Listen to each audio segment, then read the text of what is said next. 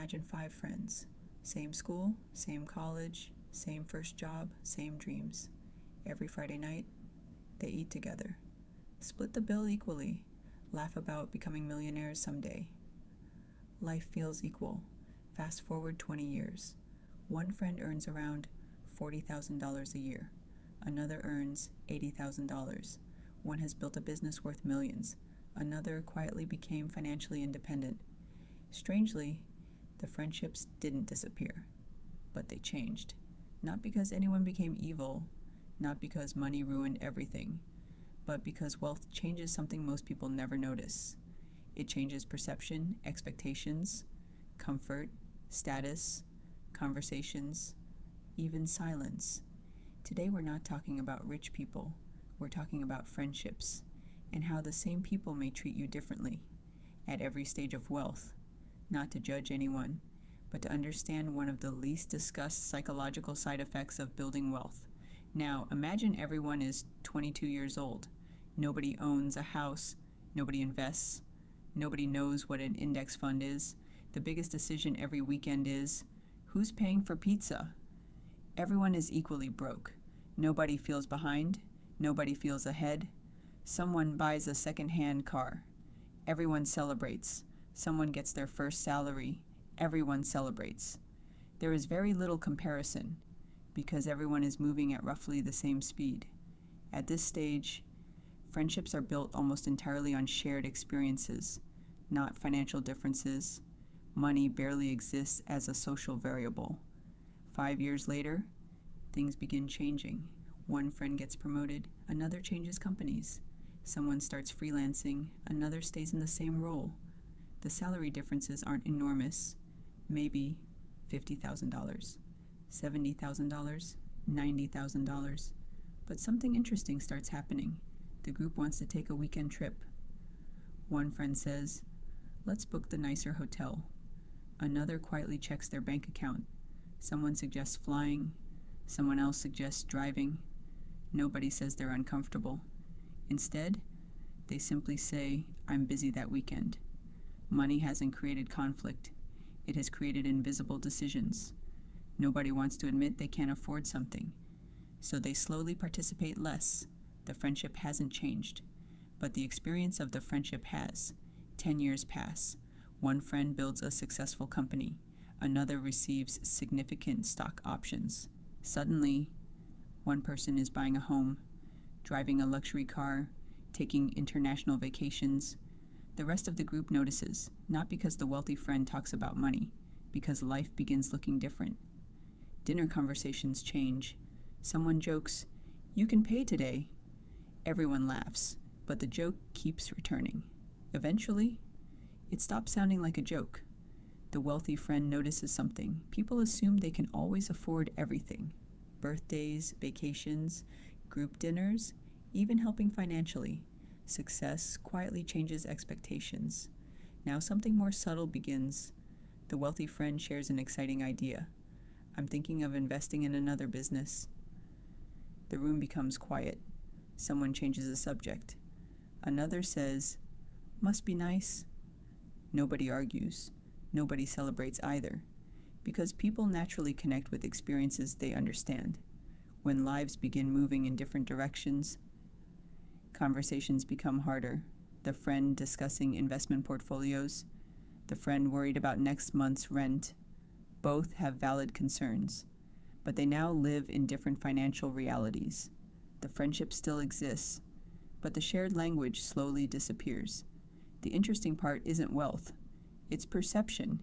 It's when people start treating you differently. Imagine arriving at dinner. Before, everyone split the bill automatically. Now, the waiter places the bill in front of you. Nobody planned it, it just happens. Someone asks for career advice. Another asks for investment advice. A distant cousin suddenly wants to reconnect. Someone you've barely spoken to messages, "Hey, it's been a while." Nothing dramatic changed overnight, but people begin seeing you differently, not as the person they've always known, but as someone who has resources. Money doesn't only change bank accounts, it changes assumptions. Now imagine another reunion. Nothing about you has changed. You still laugh at the same jokes.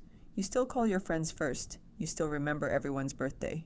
But this time, someone asks, "So, how much is your company worth now?" You answer honestly. The conversation changes. One friend becomes quieter. Another starts making sarcastic comments. "Must be nice.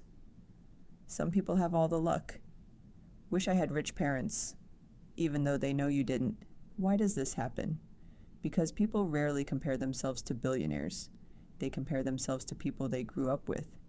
Psychologists call this social comparison. When someone close to us moves ahead financially, it can unintentionally challenge our own sense of progress. It's not always jealousy. Sometimes, it's simply a reminder of where we wish we were.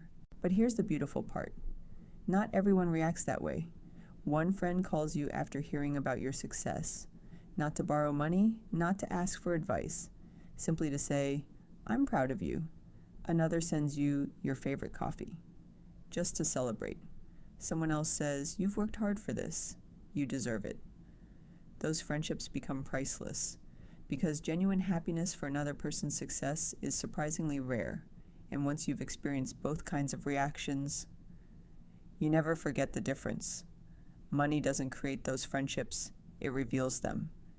Now imagine your life becomes more visible. You buy a nicer home, travel more often.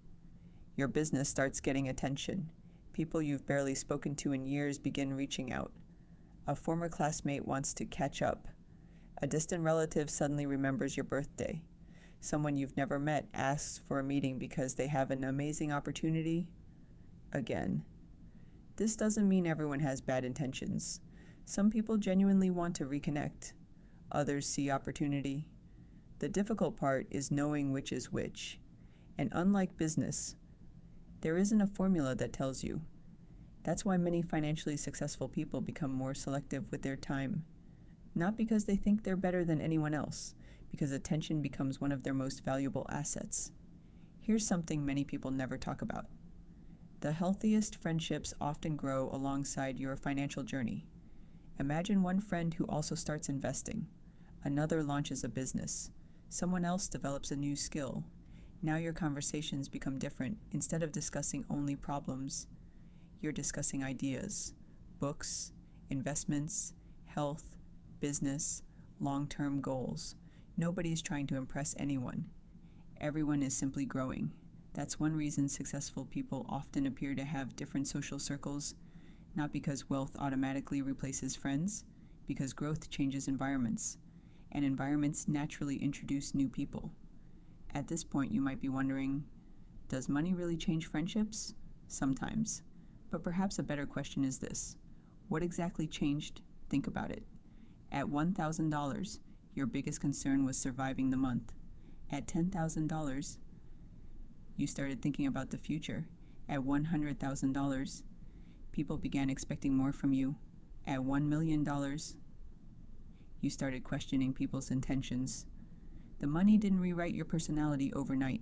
It changed the situations you experienced, and people often reveal different sides of themselves under different situations. That's human nature.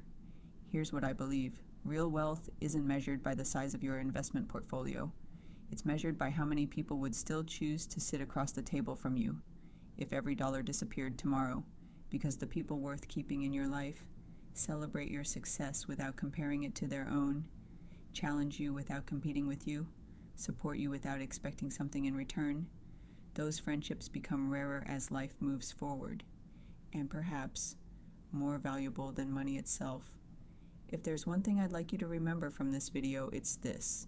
Money doesn't magically change who people are, but it often changes the circumstances that relationships must navigate.